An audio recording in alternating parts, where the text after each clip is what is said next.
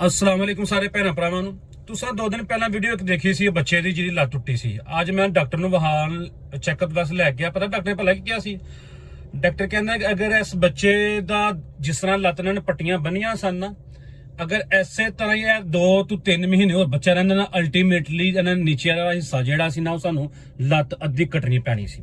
ਤੁਸੀਂ ਵੀਡੀਓ ਦੇਖੀ ਸੀ, ਬੱਚੇ ਦਾ ਐਕਸੀਡੈਂਟ ਨਾਲ ਲੱਤ ਫ੍ਰੈਕਚਰ ਹੋਈ ਸੀ, ਹੱਡੀ ਕਾਫੀ ਜ਼ਿਆਦਾ ਟੁੱਟੀ ਸੀ। तो देखिया उन्होंने जी देसी तरीके ना, जिस तरह हड्डी जोड़ वाले नहीं होंगे, वो फुट्टे छुट्टे बन के पट्टी छट्टी कराने वास्ते ना उन्हें पट्टी छट्टी करा ली। दरअसल उस बच्चे का वालिद साहब फौत हो चुके सन। तो उस बच्चे की एक वालदा सी ते एक नानी सी, नाल एक वड्डा भरा सी, नशा करदा सी, यानी कि वही बच्चा कमांदा सी ते अपनी वालदा नूं अपनी नानी अम्मी नूं पालदा सी।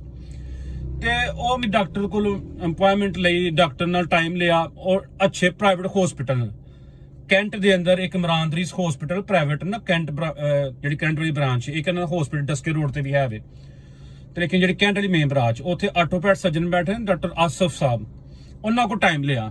टाइम लैके तो असीं उन्हों दा चैकअप करवाया। तो डॉक्टर ने ना जो पट्टी खोली, पट्टी खोल के बाद ना ਉਹਨੂੰ ਉਹਦਾ ਉੱਪਰ ਵਾਲਾ ਯਾਨੀ ਕਿ ਲੱਤ ਨੂੰ ਫੜ ਕੇ ਗੋਡੇ ਕੋਲੋਂ ਥੱਲੋਂ ਪੈਰ ਫੜ ਕੇ ਲਾਇਆ ਤੇ ਥੱਲੇ ਵਾਲਾ ਹਿੱਸਾ ਪੂਰਾ ਮੂੰਹ ਹੁੰਦਾ ਕਿ ਉੱਤੇ ਕੋ ਲੱਤ ਨਹੀਂ ਹਿਲਦੀ, ਯਾਨੀ ਕਿ ਉਹ ਬਿਲਕੁਲ ਪਤਾ ਲੱਗਣ ਡਿਆ ਕਿ ਹੱਡੀ ਬਿਲਕੁਲ ਕਿਸੇ ਕਿਸਮ ਦੀ ਨਾਲ ਨਹੀਂ ਜੁੜੀ ਦੀ। ਥੱਲਾ ਹਿੱਸਾ ਅਲੱਗ ਹੈ, ਉੱਪਰਲਾ ਹਿੱਸਾ ਅਲੱਗ। ਡਾਕਟਰ ਸਾਹਿਬ ਨੇ ਕਿਹਾ ਦੱਸੋ ਇਹ ਕਿਸ ਤਰ੍ਹਾਂ ਜੁੜ ਸਕਦੀ ਹੱਡੀ, ਤੇ ਇਹਨਾਂ ਲਈ ਆਪਰੇਸ਼ਨ ਬਹੁਤ ਜ਼ਰੂਰੀ। ਡਾਕਟਰ ਕਹਿੰਦਾ ਅਗਰ 2 ਤੋਂ 3 ਮਹੀਨੇ ਅਗਰ ਇਸੇ ਤਰ੍ਹਾਂ ਰਹਿੰਦਾ ਨਾ, ਫਿਰ ਇਹਦੀ ਹੱਡੀ ਵੀ ਨਹੀਂ ਜੁੜ ਸਕਣੀ, ਫਿਰ ਇਹਦੀ ਥੱਲੀ ਲੱਤ ਖਰਾਬ ਹੋ ਜਾਣੀ ਸੀ, ਇਹਦੀ ਅਲਟੀਮੇਟਲੀ ਥੱਲੀ ਲੱਤ ਕੱਟਣੀ ਪੈਣੀ ਸੀ। ਉਹ ਅੱਲਾਹ ਤਾਲਾ ਨੇ ਵਸੀਲਾ ਵਸਾਇਲ ਬਣਾਇਆ। ਅੱਲਾਹ ਤਾਲਾ ਨੇ ਸਾਨੂੰ ਉੱਥੇ ਕਿਸੇ ਦੇ ਥਰੂ, ਕਿਸੇ ਦੇ ਕਹਿਣ ਦੇ ਥਰੂ ਅੱਲਾਹ ਤਾਲਾ ਨੇ ਸਾਨੂੰ ਭੇਜਣਾ ਸੀ, ਤੇ ਉਹ ਸਾਨੂੰ ਭੇਜੇ ਸੀਗੇ। ਮੈਂ ਦੇਖਿਆ, ਫਿਰ ਉਸ ਤੋਂ ਬਾਅਦ ਫਿਰ ਮੈਂ ਇਹਨਾਂ ਨੂੰ ਲੈ ਗਿਆ। ਫਿਰ ਸਪੈਸ਼ਲ ਮੈਂ ਇੱਥੇ, ਕਿਉਂਕਿ ਬੱਚਾ ਲੇਟ ਕੇ ਜਾ ਸਕਦਾ, ਜਾ ਨਹੀਂ ਸਕਦਾ, ਗੱਡੀ ਬੁੱਕ ਕਰਵਾਈ। ਗੱਡੀ ਬੁੱਕ ਕਰਾਉਣ ਤੋਂ ਬਾਅਦ ਬੱਚੇ ਨੂੰ ਅਸੀਂ ਲੈ ਕੇ ਗਏ ਉੱਥੇ ਹਸਪੀਟਲ ਸਾਰੇ ਟੈਸਟ ਵਗੈਰਾ ਕਰਵਾਏ ਬੱਚੇ ਦੇ, ਸਾਰੇ ਕੰਪਲੀਟਲੀ ਟੈਸਟ ਕਰਵਾ ਕੇ ਤੇ ਉਹ ਪੂਰਾ ਕੰਪਲੀਟਲੀ ਚੈੱਕਅਪ ਕਰਵਾ ਕੇ ਹੁਣ ਅਸੀਂ ਆਏ ਹਾਂ। ਹੁਣ ਤਕਰੀਬਨ ਰਾਤ ਦਾ 11 ਵਜਣ ਵਾਲੇ ਨੇ। ਮੈਂ ਸਵੇਰ ਦਾ ਗਿਆ ਵਾਂ, ਅਸੀਂ ਦੁਪਹਿਰ ਦੇ ਟਾਈਮ ਤੇ ਗਏ ਹਾਂ, 2-2:30 ਵਜੇ ਤੇ ਗਏ ਹਾਂ। ਤਕਰੀਬਨ 7-8 ਘੰਟੇ ਲਾ ਕੇ ਅਸੀਂ ਘਰ ਆਏ ਹਾਂ ਹੁਣ। ਔਰ ਹੁਣ ਅਲਹਮਦੁਲਿਲਾ ਉਹਦਾ ਆਪਰੇਟ ਵਾਸਤੇ ਟਾਈਮ ਮਿਲ ਲਿਆ।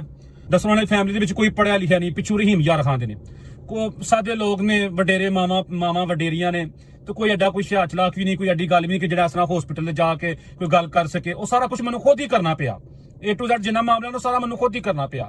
ਹੁਣ ਇਨਸ਼ਾਅੱਲਾ ਤਾਲਾ ਕੱਲ ਅਸੀਂ ਉਹਨਾਂ ਦਾ ਐਡਮਿਸ਼ਨ ਕਰਵਾਵਾਂਗੇ। ਐਡਮਿਸ਼ਨ ਤੋਂ ਬਾਅਦ ਕੱਲ ਰਾਤ ਨੂੰ ਉਹਨਾਂ ਦਾ ਆਪਰੇਸ਼ਨ ਹੈ। ਤੁਹਾਡੇ ਸਾਹਮਣੇ ਤੇ 1-2 ਮਿੰਟ ਦੀ ਵੀਡੀਓ ਆਉਂਦੀ ਹੈ ਸਿਰਫ, ਲੇਕਿਨ ਇਹਦੇ ਪਿੱਛੇ ਇਨਸਾਨ ਦੀ ਜਦੋਜਹਦ ਕਿੰਨੀ ਹੈ, ਮਿਹਨਤ ਕਿੰਨੀ ਹੈ, ਉਹਦਾ ਟਾਈਮ ਕਿੰਨਾ ਹੈ, ਉਹਦਾ ਸਭ ਕੁਝ ਕਿੰਨਾ ਹੈ, ਉਹ ਤੁਸੀਂ ਇਮੇਜਿਨ ਨਹੀਂ ਕਰ ਸਕਦੇ। ਤੇ ਤੁਹਾਡੇ ਸਾਰਿਆਂ ਦਾ ਬਹੁਤ ਸ਼ੁਕਰੀਆ। ਆਪਣੀ ਦੁਆ ਯਾਦ ਰੱਖਿਓ ਔਰ ਇਸ ਬੱਚੇ ਲਈ ਤੁਸੀਂ ਦੁਆ ਕਰਿਓ। ਅੱਲਾਹ ਤਾਲਾ ਨੂੰ ਸਿਹਤ ਵਾਲੀ ਜ਼ਿੰਦਗੀ ਦੇ, ਉਹਦਾ ਆਪਰੇਸ਼ਨ ਕਾਮਯਾਬ ਹੋ ਜੀ। अस्सलाम वालेकुम।